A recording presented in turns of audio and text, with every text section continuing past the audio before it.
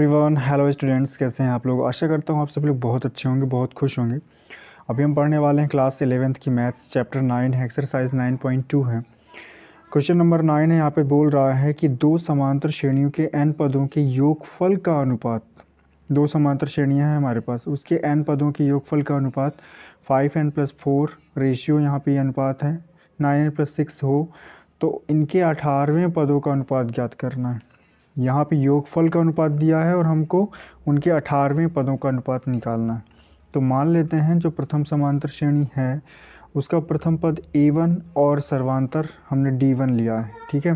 तब प्रथम समांतर श्रेणी के n पदों का योग Sn बराबर n/2, फार्मूला वही लगाना है।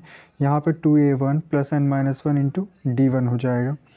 फिर मान लेते हैं द्वितीय समांतर श्रेणी का प्रथम पद a2 और सर्वांतर d2 है, ठीक है ना। द्वितीय समांतर श्रेणी का प्रथम पद हमने a2 लिया है और सर्वांतर d2। तो अब द्वितीय समांतर श्रेणी के n पदों का योग Sn बराबर n/2, यहाँ पे 2a2 + n-1 इंटू d2। प्रश्नानुसार कहता है कि उनका अनुपात कितना दिया है। हमने दोनों समांतर श्रेणी के जो n पदों का अनुपात जो यहाँ पे दिया गया था, ठीक है। अनुपात मतलब वही बटे होता है।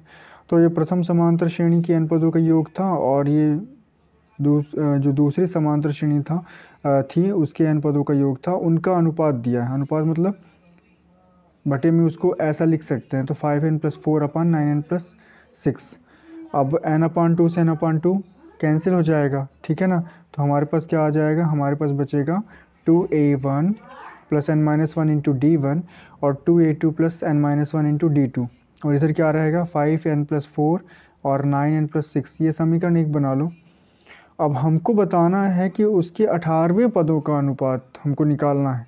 18वें पदों का मतलब 18वां पद यदि किसी समांतर श्रेणी का आप निकालते हैं तो 18वां पद कैसे निकलता है।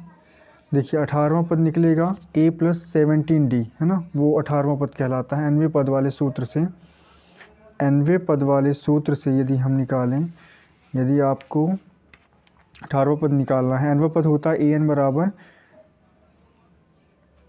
a + n-1 इंटू d, ठीक है, ये होता है ना। तो यदि हम 18वां यहाँ पे n का मान 18 रखें तो कितना मिलेगा a + यहाँ पे 18 - 1 इंटू d, तो ये आ जाएगा a + 17d, ठीक है। यहाँ तक समझ में आया आपको। तो ये हमको निकालना है। तो ये प्रथम समांतर श्रेणी के 18वें पद का और दूसरी समांतर श्रेणी के 18वें पद का जो अनुपात है वो हमको निकालना है। तो आपको यहाँ ध्यान देना है कि क्या हमारे पास ये समांतर श्रेणी जो हमने ये अभी हमको मिला, क्या इसे हम ये जो मिला है, क्या इसे हम 18वें पद के रूप में, जो समांतर श्रेणी का 18वां पद होता है, क्या उस रूप में इसको कन्वर्ट कर सकते हैं, क्या उसे वैसा बना सकते हैं। तो बना सकते हैं। यदि हम इसमें n का मान 35 ले लेते हैं, ठीक है। यहाँ पे हमको n का मान कितना रखना है 35, ठीक है। तो 2a1 + 35 - 1 इंटू d1, यहाँ पे 2a2 + 35 - 1 इंटू d2। तो n का मान यहाँ भी रखना पड़ेगा, ठीक है। तो इतना रख दिए।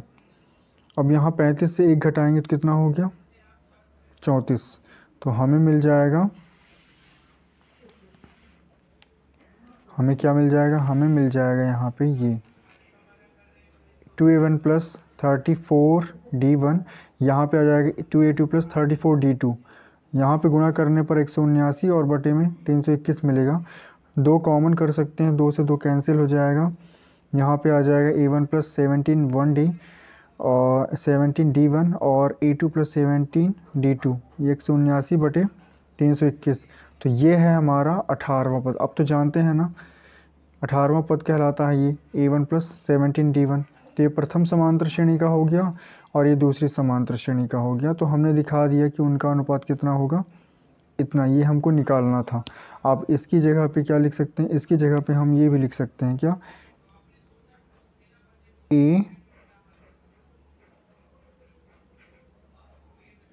आप यही लिखिए तो ज़्यादा बेटर रहेगा, ठीक है। क्योंकि हाँ लिख सकते हैं यदि आपको लिखना है, जैसे